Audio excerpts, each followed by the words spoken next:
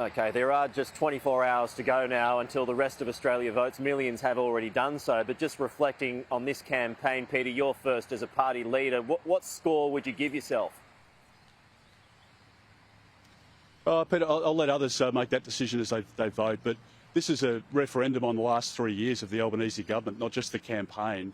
Can you really afford 3 more years of Albanese policies? This is a real question that people are asking themselves. And as we've moved around the country, look, we've heard some tragic stories of families who are pulling their kids out of low fee-paying schools, families who have stopped, or cancelled appointments because bulk billing's down by 11% under this government. They're paying $43 out of pocket. I want to give them immediate help now. The 25 cents a litre cut, $1,200 tax rebate back, and we can manage the economy so that we can bring down the cost of living pressures and we can make our country a safer place and restore the dream of home ownership. And that's, I think, what people will be concentrating on over the next 24 hours or so.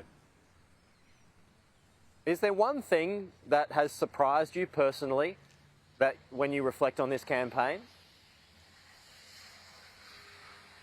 But to be honest, I've worked for 4 Prime Ministers. I've observed 3 on the other side.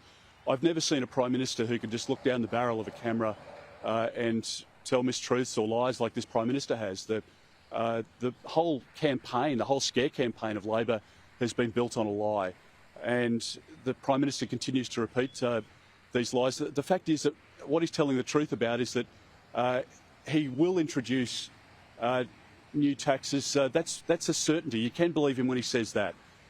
When the Prime Minister says that, there'll be no voice, well, Penny Wong and now Annika Wells have belled the cat on that. The fact is that they will introduce the voice by way of legislation now, and it's been such a deceptive campaign. But, what could the Prime Minister say in this election campaign? He can't say, look, you're $200 a month better off in your insurance premiums or your mortgage repayments. He can't say that he's delivered the $275. So when a government can't talk about their positive track record and that's why you should re-elect them, they throw mud.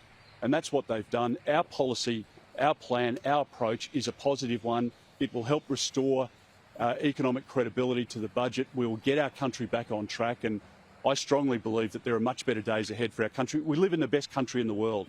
And I'm excited at the prospect of being able to clean up Labor's mess, but implement our positive plan to help families and grow the economy and productivity. And let's do the right thing by our country and keep us safe in a very uncertain world.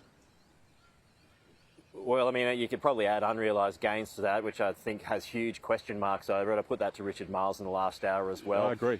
We'll repeat some of that a little bit later on. But, Peter, just a final point here. You're the Labor candidate, Ailey France. You'll be coming up on the program later. I mean, the Prime Minister was here campaigning. Do you feel like you're in any danger of losing your seat here, Dixon? Well, Peter, I never take a vote for granted in my seat, and I'm always very grateful for the support that people provide to me. And we've held the seat since 2001. Before that, no one had held it for more than one term. But I've done a lot of hard work locally, helped a lot of families and local sporting clubs and organisations, and I'll continue to work hard. I know there's exit polling out at the moment, but that's notoriously inaccurate. In fact, at the last state election, the same polling analysis was out by about 6 or 8%.